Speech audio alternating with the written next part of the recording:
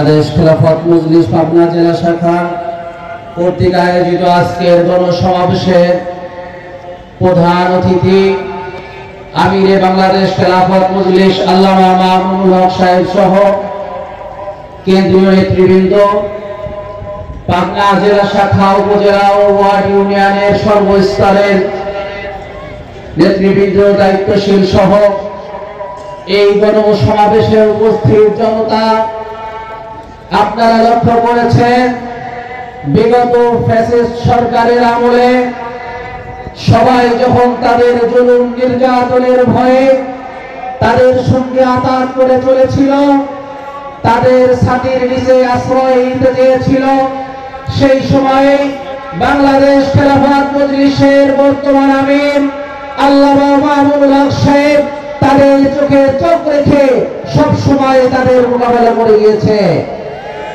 বর্তমানে আমরা পালাতক সেই স্বৈরাচার শেখ হাসিনা, সে এবং তার দোসররা মনে করছে আবার নতুন করে তারা ফিরতে পারবে।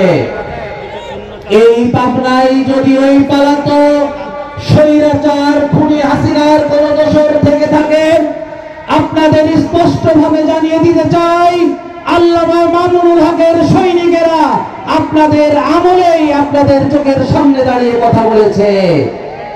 অতএব দ্বিতীয়বার ফিরে আসার চিন্তা মাথায় আনার চেষ্টা আপনারা করবেন না। আল্লামা মামুনুল হক সাহেব স্পষ্ট ভাবে জানিয়ে দিয়েছেন বাংলাদেশের সকলে অবস্থান করবে, কিন্তু খুনি হাসিনার বেটারটা এই দেশে অবস্থান করতে পারবে না।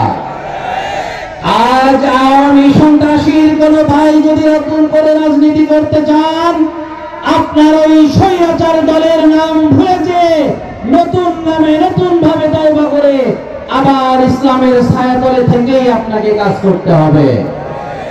আজ পাবনা বাংলাদেশ খেলাফত মজলিস পাবনা জেলা শাখা কর্তৃক আয়োজিত এই গণসমাবেশ থেকে আমরা স্পষ্ট ভাবে বলতে চাই, আমাদের প্রশাসনের ভাইরা, আমাদের সাংবাদিক ভাইরা, আমাদের অন্যান্য দায়িত্বশীল ভাইরা, স্বৈরাচার আমলে আপনারা আপনাদের অবস্থান থেকে আপনাদের শক্তি জানান দিয়েছেন।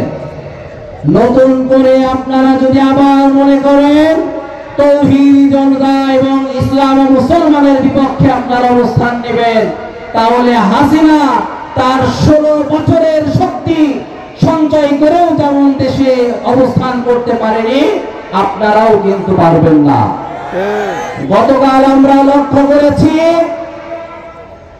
21শে ফেব্রুয়ারির বইমেলাতে আপনারা ডেভিড দূর করতে চান, আপনারা শয়তানকে পাকড়াও করতে চান। আপনারা শুনে রাখুন, ইসলাম শুরু থেকেই আমাদের শিক্ষা দিয়েছে আউযু বিল্লাহি মিনাশ শাইতানির রাজিম। এই শয়তানের সঙ্গে মোকাবেলা আমরা শুরু থেকেই করে আসছি। এই বর্তমান অন্তর্বর্তীকালীন সরকারের উপদেষ্টার মধ্য থেকে অনেককে আমরা দেখছি আপনারা দালালি শুরু করেছেন।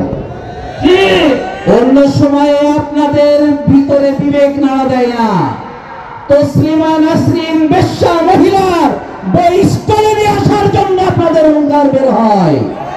অনতি বিলম্বে এই উপদেষ্টা মণ্ডলীর মধ্যে যদি তসলিমা নাসরিনের বেতাত্তা খেতে থাকে, অনুরোধ করব বের করে দেন তাদেরকে। অন্যথায় তৌহিদি জনতা যদি মাথায় কাফনের কাপড় বেঁধে নেমে আসে, আপনারা আপনাদের এই গতি টিকিয়ে রাখতে পারবেন না। অতএব এই তৌহিদি জনতা এবং ইসলাম ও মুসলমানের তাদের চিন্তা চেতনাকে উপলব্ধি করতে শিখুন। সাথে সাথে বলবো,